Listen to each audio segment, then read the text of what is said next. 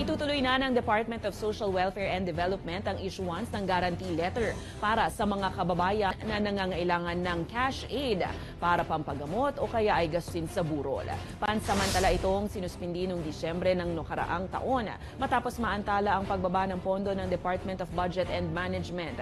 Bahagi ng Assistance to Individuals in Crisis Situations o AICS ang GLS at cash assistance ng DSWD.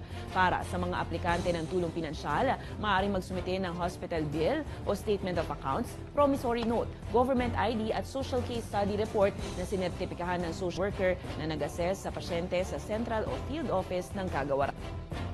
This is to confirm doon sa mga requirements ng ating financial management service na kung saan kinakailangan nating i-collate lahat ng mga kinakailangan nating bayaran. Dahil, of course, we have to pay for the services of our service providers, particularly yung mga hospitals and mga funeral parlors.